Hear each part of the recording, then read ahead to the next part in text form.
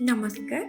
आज भिडियो रे नवचेतना अनुसार 8 मासर शिशु विकास को शक्त करने किसी सहज और खेलभित्तिक कार्यकलाप विषय में आम जानू। यह भिडियोटी गृह भ्रमण क्रमांक 13 पूर्वर निश्चय देखु।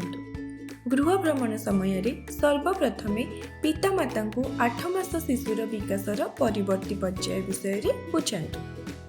यापर भिडियो रे दिया जाइथिबा सहज खेलभित्तिक कार्यकलाप गुडी को शिशु सहित करी देखांतु। डेमो देखाइबा परे पिता माता एवं परिवारर अन्य सदस्य माननकु शिशु सहित प्रतिदिन एही खेल खेलिबा पई उत्साहित करंतु। एही कार्यकलाप गुडिक माध्यम रे 9 मास बयस बेलकु शिशु माने साधारणतः एही सब कार्य करि पारंती।